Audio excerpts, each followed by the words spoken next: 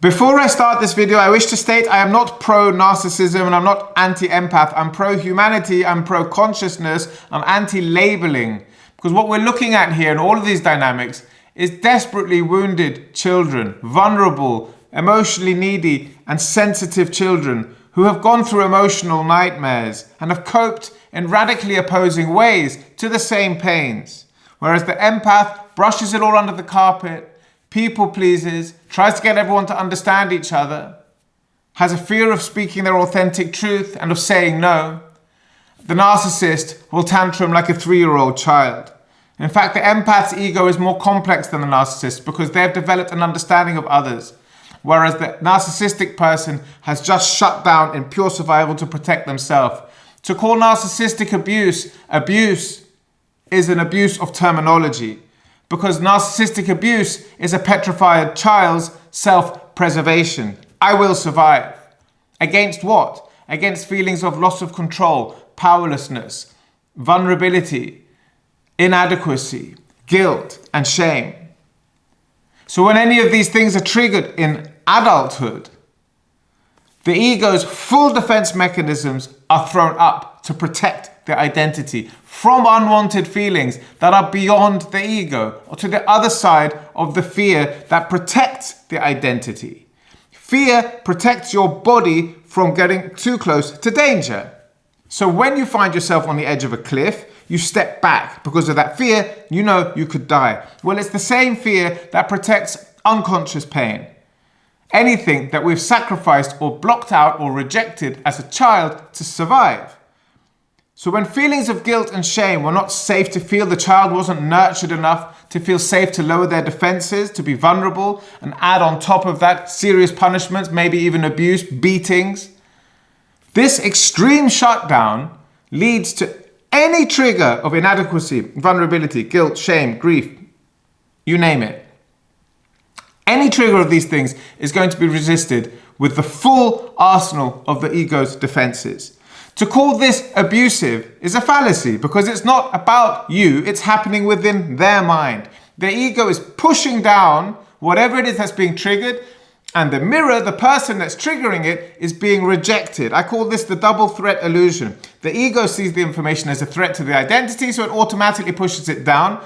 And the unconscious mechanism, because the human is not aware of it yet, is pushing away the person in the same way the ego is pushing down the information. The same mechanism, up, down, forward, backward, is happening automatically and unconsciously. Unconsciousness means that the body becomes the mental mechanism. So if you're triggering guilt and shame or inadequacies or vulnerabilities or feelings of less than in a narcissistic person, you're going to see gaslighting. You're going to see coercion. You're going to see manipulation or attempts to control because the ego hates to not be in control. And it's total identification with the ego and total identification with its defenses. What's your story on the other side if you're coming up against this? It's a lack of accountability for the self. It's a mirroring to the attachment to an emotionally unstable and unavailable parent that you developed as a child. You sacrificed your need for safety. You sacrificed your warning systems, your rage, your anger, your willfulness to become a people pleaser, to keep daddy close when he was completely unavailable emotionally. This attachment against all of your better knowing intuitively, which has now all been rejected. This attachment in unsafety is now the program of the mind that's repeating and repeating and repeating until you see it and get it in your adulthood. You can't create a different dynamic until you transform this one, albeit you may have had other relationships that were less intense. Now it's becoming repetitive. Something's becoming clear and obvious to you, and it's this pattern. It's the attachment to the emotionally unstable and unavailable parent. And now this narcissistic partner is the mirror to that, to keep that same story on repeat until you choose to no longer live through your survival programs. Meaning, I can see that this is not good for me. I can see that there might be danger here for me, or there has already been danger for me, and I need to look after myself. But your ego is protecting how you stayed safe as if it's life or death. So sticking and attaching to the emotionally unavailable person is survival for you. And to go against that survival is to say, my father never loved me, I was never safe, he didn't know what he was doing, and to the ego, it's choosing a death. It's choosing to go against the survival strategy. And opposite of survival is dying. It's to jump off the metaphorical cliff that the ego's fear is trying to get you to step back from. And that's why people don't leave toxic relationships. Plus the abandonment wounds that come up afterwards, failure, loneliness, grief, shame. The waves of intense emotions that are going to engulf you. So instead of facing all of that, plus walking out, choosing out of the toxic dynamic that's all we've ever known since we're tiny children, we stay stuck in toxic dynamics and brandish the other person abusive. When what they're doing is just expressing their own self-preservation. I will not feel shame or guilt. And guess what? Neither can the codependent empath, or whatever you're going to call the person on the other side of the dynamic. They can't feel shame or guilt, and that's what's being projected back as abusive. And I'm going to explain.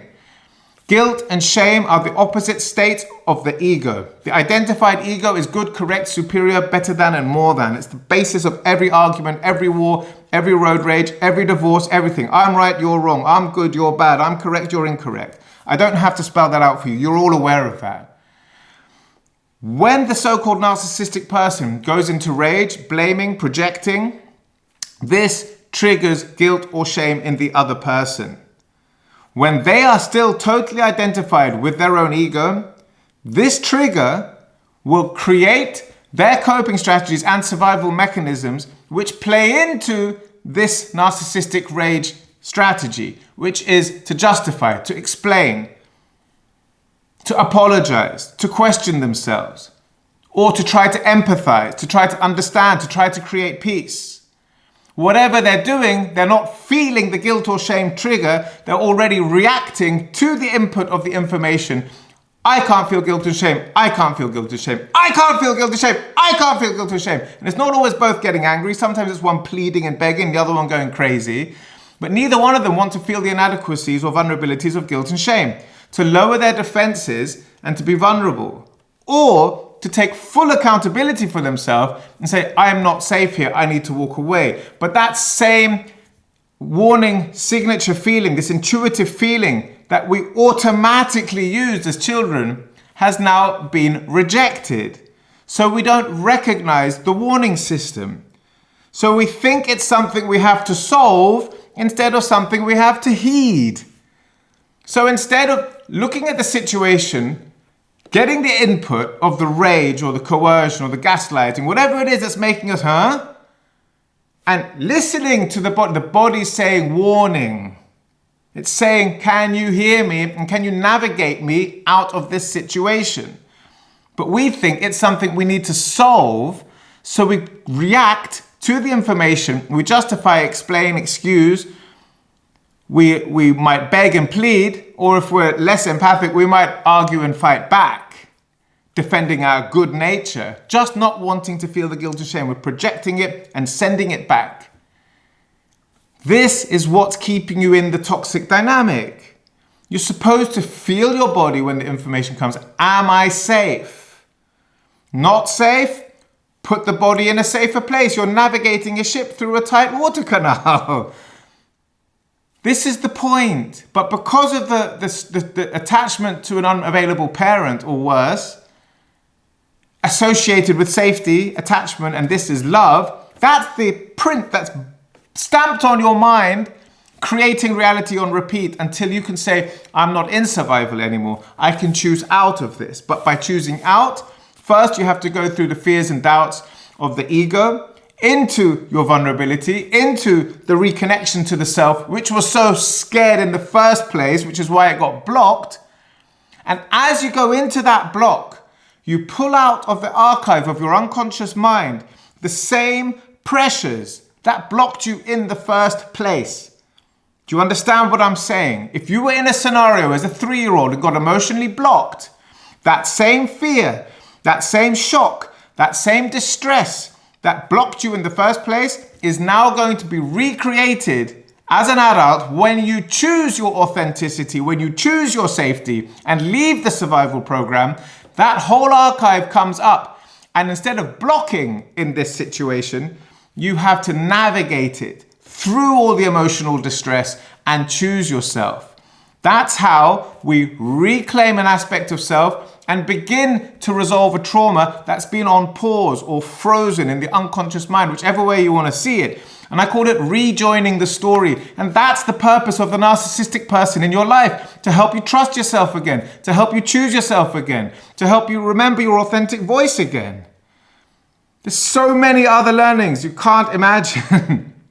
To write it off as abusive is simply to take the side of the so-called victim, and because of their coping strategies being so well tuned into our poor little victim empathy, which is innate in us. Sorry, I couldn't think of a better way of saying it. I do everything in one take.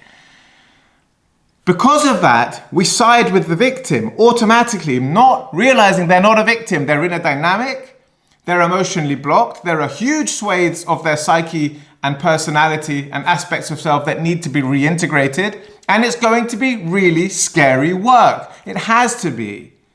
Choosing oneself, if it was easy, we would all be doing it all the time. The ego's protecting it with fears and doubts, and it's buried with shame and guilt, which the ego hates. So you don't only have to go through the fears and doubts of choosing yourself, now you're going to be flooded with guilt and shame that's coming up with the unresolved trauma and the unprocessed scenario. Plus, when you walk away, the narcissistic person is going to get even more raged. So all of these emotions are going to get ramped up even more.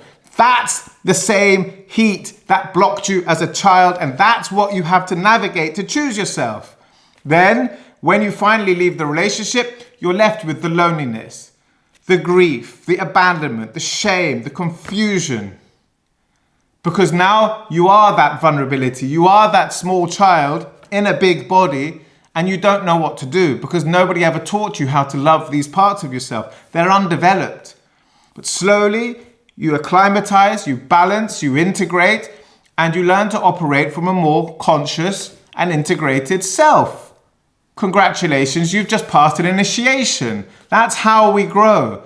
So to write off the behavior of a narcissist as narcissistic abuse is eliminating all the information that you on the other side of the dynamic have for growth, for spiritual growth. Because if you only look at the surface of behavior, you're not going to see the spiritual implications of the mirroring that's coming to you, that your unconscious mind has manifested to help you reclaim these unconscious aspects of self so that you can be more integrated and live a more wholesome life, better navigating your human body through feeling what it's telling you and knowing what's good for you.